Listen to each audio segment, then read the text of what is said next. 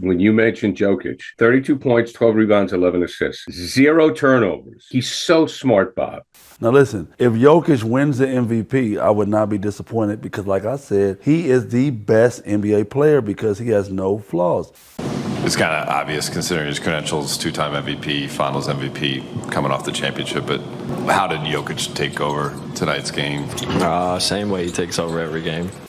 So here we are, at the end of another regular season, and once more, Jokic has again put on a display of offensive greatness that is honestly hard for anyone in NBA history to rival or duplicate. As the two-time MVP finished the season averaging 26 points, 12 rebounds, 9 assists with a steal and a block, shooting splits of 58, 36, and 82, which resulted in a true shooting percentage of 65%, which is not only noticeably higher above league average, but makes Jokic the most efficient volume scorer in the NBA this season. The Joker also led the NBA in practically every advanced analytics, PER, VORP, offensive box score, and everything else in between. And by many people's accounts, it seems like he's going to be walking into his third MVP within a 4-year period. And if the big fella is able to accomplish that, then that means that he will be in a conversation with a very exclusive select few throughout the history of the NBA. And while being in that conversation, this doesn't even take into consideration all of the other great statistical feats that Jokic has been able to accomplish within this same time frame. As the historic stat sheet stuffer has been able to climb the triple-double ladder faster than anyone not named Oscar Robertson or Russell Westbrook. In last year's playoffs, he became the first player in NBA history to lead the playoffs in total points, rebounds, and assists. He's led the NBA in practically every advanced analytic every single season over the last 4 years. And just offensively speaking, it seems as if like Jokic is unstoppable to defend. The compilations of passes in marriage with the high efficiency in scoring, the overwhelming dominance due to his size and stature, and the skills that go along with it that makes Jokic a one-of-one player. And it's been so overwhelmingly great and dominant that it has forced me to stop and ask myself, why is Jokic so unstoppable? Is this not one of the greatest offensive peaks in NBA history? And honestly, the more I thought about it, it made it pretty easy for me to make the argument that Jokic will go down as the greatest offensive player ever. First, let's talk about scoring. Not only because it's the most sexiest part of offense, but more importantly, when it comes to Jokic, I feel like he is the most underrated scorer of his generation. Because though he is synonymous with his passing, the 7-foot bucket getter could easily go down as not only one of the best who ever done it of his generation, but arguably one of the greatest scorers the league has ever seen as well. Over the past 3 seasons, the Joker is averaging 26 points per game. That level of volume is being seen this season as well, and he peaked with his volume in the 2022 campaign when he averaged 27. Now, to be fair to the field, that level of volume honestly isn't all that impressive when you compare it in today's NBA. However, what Jokic lacks in volume, he certainly picks it up in efficiency, as he has shooting splits of 59, 36.5, and 83, which not only, again, those shooting splits numbers are very similar to what we're seeing from him this season, but also in the 3 prior seasons. This all translates to a true shooting percentage of nearly 67%, which is the highest true shooting of all volume scorers in the NBA within this same time frame. And if you're still tripping about the volume, well, in the playoffs, when it matters the most, Jokic's production goes up to 30 points per game with a true shooting percentage of 62%. And outside of Kawhi, and my goodness, Kawhi as a scorer in the postseason is ridiculous. We have been robbed of so many great playoff runs that Kawhi could have given us. It's a shame. But hey, that's another video for another day. But outside of Kawhi, ain't nobody really touching Jokic. And the crazy part about all of this is that even with all of that information, it still doesn't even include the 2 biggest reasons why I believe that Jokic is one of the greatest scorers the league has ever seen. Now, what are those reasonings, you may be asking? Well, first is what we just saw from the Joker last year, where he averaged 24.5 points on a staggering league high true shooting percentage of 70.1%. This mark was not only the highest in the NBA amongst all players last year, but also this is the highest true shooting that we've ever seen from any volume scorer ever. So you very well could make the argument that last season, Nikola Jokic was the most efficient volume scorer the league has ever seen. Now, of course, I wouldn't be so silly to just make a statement like that blindly without any context. Of course, in today's game, the level of scoring efficiency is the highest it's ever been, in large part due to the level of spacing and 3-point shooting, and if you let the old heads tell you, also because of the lack of defense. So of course, it would be very irresponsible of me if I just took a player's true shooting percentage and just blindly compared it to other players across other generations and eras. And because of this, the more responsible way to look at it is to compare one's relative true shooting percentage. For those who are unaware, relative true shooting percentage is essentially just comparing one's true shooting percentage in contrast to what the league average is that season. So if the league average true shooting is 55%, and a player has a true shooting percentage of 53%, that means their relative true shooting would be -2. But if one's true shooting percentage was 58.5%, that means their relative true shooting would be +3.5. And when it comes to most great volume scorers throughout NBA history, normally at their best, their relative true shooting percentage would fall somewhere between +3 to +8%. But every now and then you do have an anomaly. A player who is noticeably above league average to the point where their true shooting starts to reach the realm of being 10% higher than what the league average is. And when you start to get in those conversations is when things really start to become historic. Players such as Adrian Dantley, Kareem Abdul-Jabbar, Reggie Miller, LeBron James, oddly enough, Peja Stojakovic, Kevin McHale, Charles Barkley, Stephen Curry, and yes, Nikola Jokic. Because last season, having a true shooting percentage of 70.1 meant that Jokic's true shooting percentage was 12% higher than league average, giving him the 5th highest relative true shooting percentage since the NBA introduced the three-point line. Now, as we stop and just marvel at this list of volume and efficiency, I have to point out a few things. First, shout out to Charles Barkley, man. I was definitely surprised to see his name this often on this list. Also, what Curry did in 2016 certainly goes under the radar from a scoring perspective, as he not only led the league in scoring, but also led the league in true shooting percentage that season. But more importantly, what I want to point out in this list is how a lot of these players actually score the basketball. See, most volume scorers optimize their level of efficiency by maximizing their volume in the 3 most efficient areas on the floor to score from: layups and dunks at the rim, 3-point shooting, and of course, getting to the charity stripe. And when you look at this list of players, you can see a lot of that being outlined. However, when it comes to Jokic, he's not only the odd man out, but he actually does the opposite. As over the past 3 years, Jokic only gets to the free throw line roughly 5 to 6 times a game. He only attempts 3 3-pointers, and though he does get a healthy amount of shots at the basket, it still doesn't take up majority of his shot selection diet. Now, don't get me wrong, Jokic is not bad in any of these areas by any comprehension. He's converting his free throws at a 85% clip, shooting 36.5% from behind the arc. And yes, taking into consideration the level of volume and accuracy, when it comes to finishing around the rim, thanks to his great touch, footwork, and just being able to overwhelm most defenders, the Joker has undeniably been one of the best finishers in the NBA, as he's converting his shots at the rim at roughly 70 to 71% of the time, which means that he's about 7% higher than league average. But again, this still isn't where most of his shots are made up from, because despite what all analytics has told us, Jokic has actually found a way to be the most efficient volume scorer over the past 3 seasons, peak at heights in which we've never seen before, while most of his shots are being taken in the least efficient areas on the floor. On his mid-range jump shots, Jokic is converting them at a clip around 51 to 53%. And though the volume has decreased over time, even back in 2021 when he was attempting a respectable amount, he was not only converting them at 51.5%, but more importantly, this translated to be 10% higher than league average, which basically has been consistent over the past 3 seasons. But what is really mind-blowing is what Jokic does in the paint outside of the restricted area,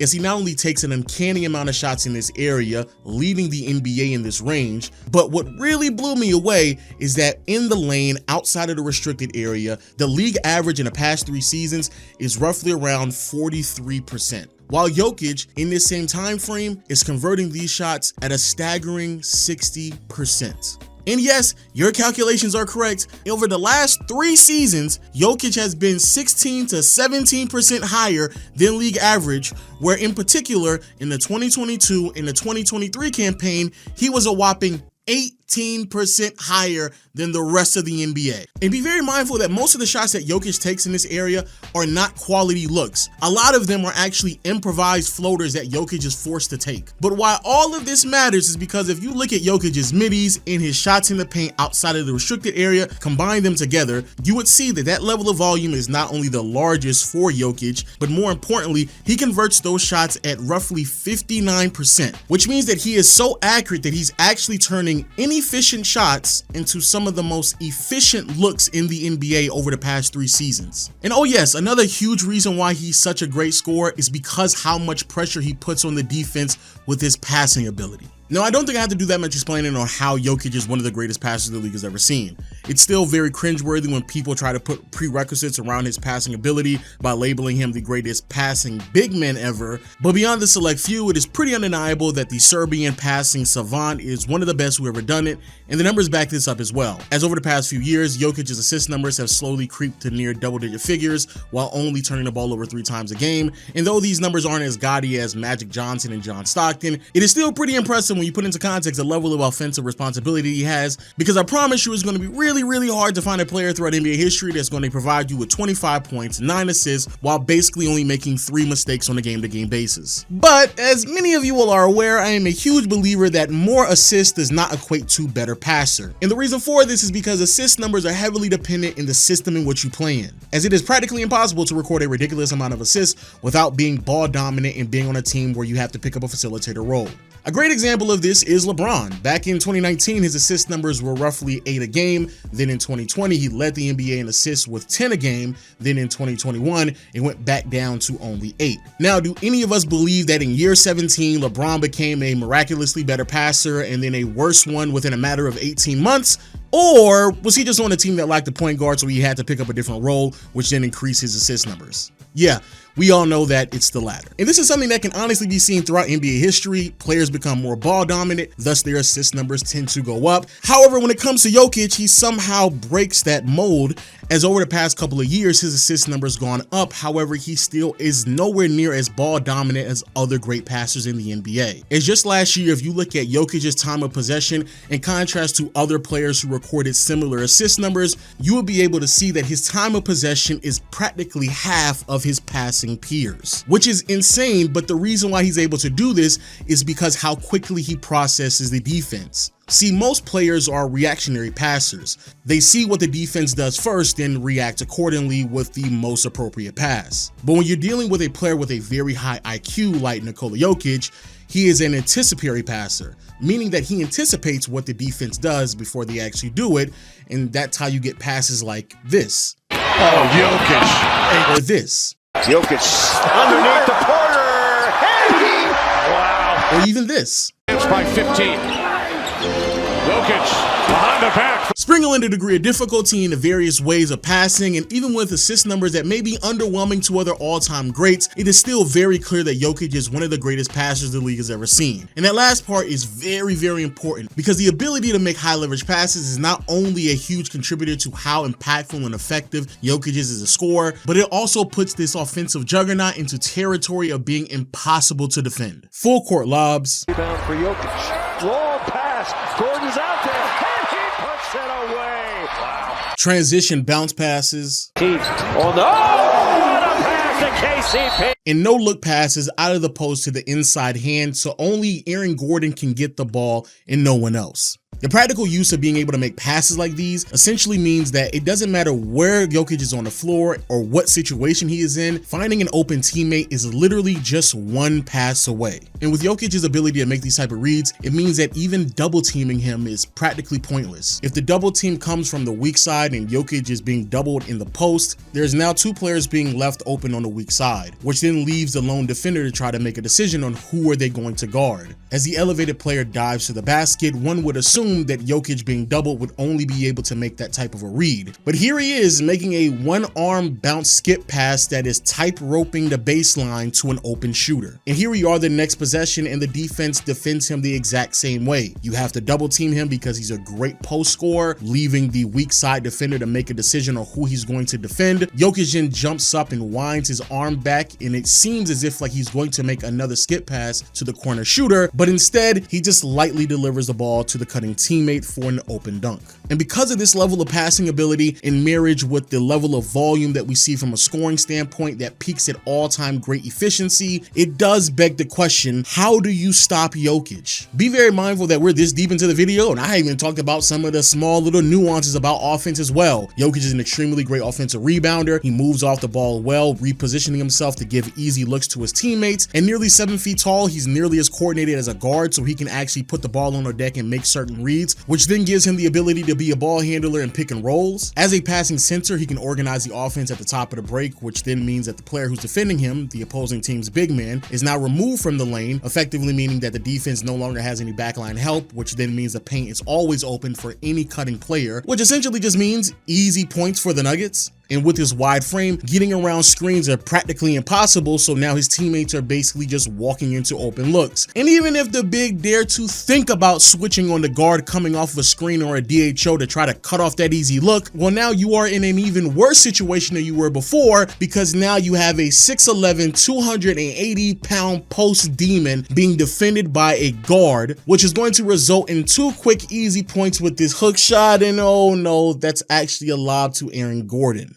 Do you understand the conundrum now? And the fact that Jokic just concluded another season with very similar production, efficiency, and overall offensive impact is the reason why I had to make this video. Look, making this video took me a very, very long time, in large part because I didn't want to come across as too premature with this opinion about Nikola Jokic. I not only wanted to see a large sample size, and I do believe 4 years is suffice if we're talking about offensive peaks, but more importantly, the more data, information, and film that I was able to comb through provided more than enough evidence for me to make this case. Because while making this video, there are 2 things that I didn't want to do. The first being to tear down another all-time great offensive player to prop up Jokic, which I found was not necessary throughout making this video, in large part because Jokic's production, skill, and ability basically speaks for itself. And the second thing I didn't want to do was just overwhelm you with a bunch of numbers, charts, and analytics. This is not a knock to any other NBA content creator. Trust me, I know it's very easy to get a point across by showing a bunch of numbers and charts because it's very eye-grabbing and appealing to a massive audience. But I believe when doing so, you take away the nuances and essence of how great a player is. And personally, I enjoyed the fact that I decided to make the video this way because I do believe it's easier and much more palatable to make the argument that I'm trying to make. Jokic is not going to go down as the greatest scorer in NBA history. However, even if you compare what Jokic just accomplished in the last 4 seasons to other all-time great scoring stretches, it does beg the question how close he is to that marker. Taking into consideration accuracy, efficiency, versatility, and the fact that his scoring production goes up in the postseason, how much value do you really put into those 4 to 5 points that separates Jokic from other all-time greats? And even if you do put a lot of value in that marginal separation, Jokic is undeniably the best passer of anyone in this conversation. And a similar thing can be said about passing. I think Jokic has a much stronger argument to be the best passer in NBA history, but of course his assist numbers don't match up to players like John Stockton and Magic Johnson. However, when you take into consideration the variation of passes, degree of difficulty, and the fact that he doesn't dominate the ball and is able to make reads much more quicker than most players can in NBA history, it does once more beg the question, how much more valuable is that 3 to 4 assist gap between Jokic and other all-time great passers? And even if you are putting that much value in those assists, Jokic is still undeniably the best scorer of anyone in that conversation. And for me, that's the reason why Jokic is the greatest offensive player in NBA history. Most great offensive players normally dominate in 1 or 2 areas of offense while doing just enough in other aspects of offense to help supplement their game so they can hide their weaknesses. But see, that's not Nikola Jokic. I truly believe that we are witnessing someone who doesn't have any identifiable flaws offensively, someone who is a jack of all trades and a master of all. This is not your stereotypical dominant scorer that you would force to be a passer, or the all-time great passer who has limitations as a scorer, or the small, crafty offensive weapon that you can overwhelm with length defensively. And this certainly isn't the overly athletic, gifted freak that tends to rely a bit too much on his physical traits. Jokic is the perfect blend of scoring skill that allows him to hit practically every shot that is available to him, in marriage with a feel for the game that makes him a passing savant that honestly just cannot be taught. Add in a level of IQ that makes him always a step ahead, as well as a 6'11", 280-pound frame that practically makes him a mismatch for a majority of teams in the NBA.